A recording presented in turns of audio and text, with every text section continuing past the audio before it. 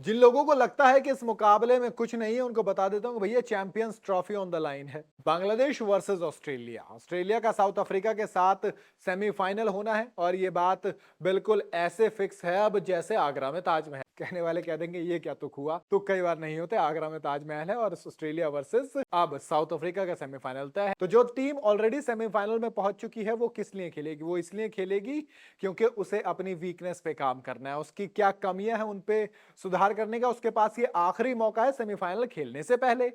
वो टीम सबसे successful team है। दूसरी टीम बांग्लादेश, उसके पास मौका है आखिरी कि वो अब चैंपियंस ट्रॉफी के लिए क्वालिफाई कर सके, क्योंकि पाकिस्तान में जो 2025 में चैंपियंस ट्रॉफी होनी है उसमें होस्ट पाकिस्तान है तो ऑटोमेटिकली क्वालिफाइड है। उसके अलावा जो टॉप 7 टीम होंगी वो क्वालिफाई करेंगी। ऐसे में बांग्लादेश को यह मुकाबला जीतना ही जीतना है। अब बात करते हैं आगे की। पहले बात करता हूं ऑस्ट्रेलिया की। तो ऑस्ट्रेलिया की कमजोरी ये है कि भैया एक तो पहले मैक्सवेल ने पारी खेली यार। एंड्रू मैकडोनाल्ड ने कमेंट किया है कि जब से ग्लेन मैक्सवेल ने वो पारी खेली ऐसा लग रहा है पूरी टीम ऑस्ट्रेलिया बनने की कोशिश कर रही, पूरी ऑस्ट्रेलिया टीम मैक्सवेल बनने की कोशिश कर रही है। नेट्स के अंदर कैमरन ग्रीन हो, मार्कस स्टोइनिस हो, मार्नस लाबुशेन हो, स्टीव स्मिथ हो, हर कोई वो sweep shot, reverse sweep, ramp shot, scoop वाला हर कोई ट्राई कर रहा है।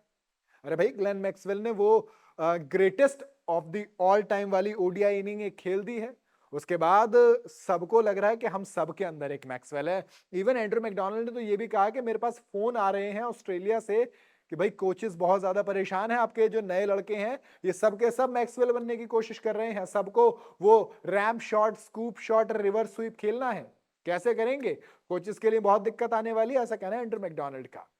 अब दिक्कत आने वाली है ऑस्ट्रेलिया के लिए क्योंकि ऑस्ट्रेलिया का मिडल ऑर्डर काम नहीं कर रहा है। आप देखेंगे Travis head, David Warner, Mitch Marsh, ये टॉप ऑर्डर में 3 आते हैं और ये तीनों ही हैं जो रन बना रहे हैं अब तक। आप देखेंगे जो मिडल ऑर्डर शुरू होता है Steve Smith, Marnus Labuschagne, Marcus Stoinis, उन्होंने कोई अभी बड़ी पारी नहीं खेली है।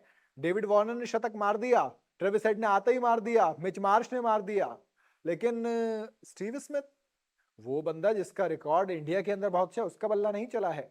मार्नस लाबुशेन जो ताबड़तोड़ पारी खेल के अपनी वर्ल्ड कप स्क्वाड में एंट्री करवाई एस्टन एगर के इंजर्ड होने के बाद, उनका बल्ला नहीं चला। मार्कस स्टोइनिस द हल्क, अभी हमें हल्क वाली कोई पारी देखने को नहीं मिली मार्कस स्टोइनिस की। उसके बाद मैक्सवेल आ जाते हैं नीचे संभालने के लिए, वो बेचारे संभाल रहे हैं। पैट कमिंस को रन बनाने पड़ रहे हैं।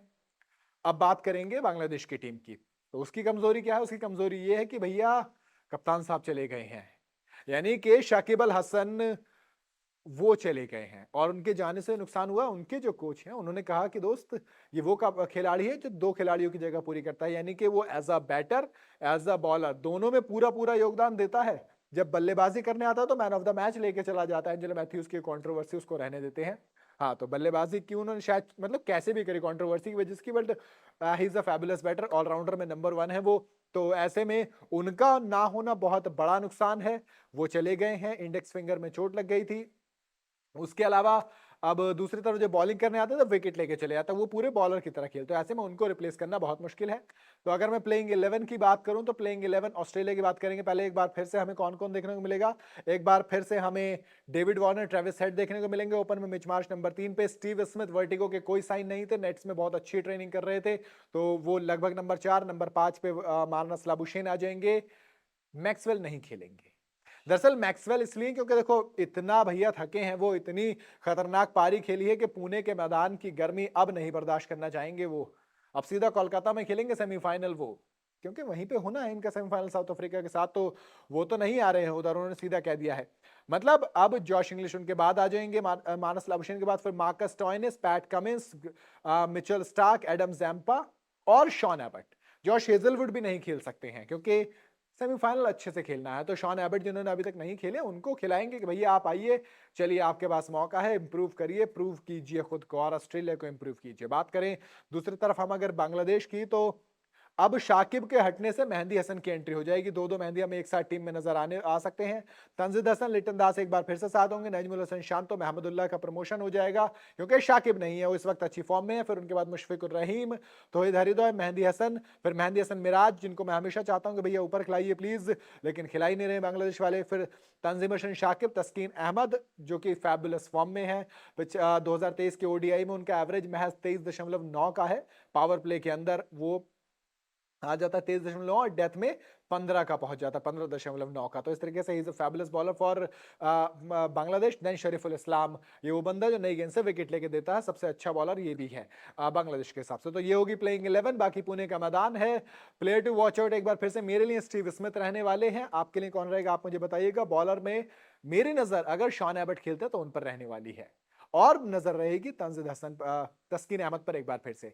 आपको क्या लगता है आपकी प्लेइंग 11 में कोई चेंजेस होंगे, मुझे कमेंट में जरूर बताइएगा। वीडियो अगर आपको पसंद आई हो तो उसे लाइक और शेयर जरूर करें, और जाते जाते चैनल को सब्सक्राइब करना बिल्कुल ना भूलें।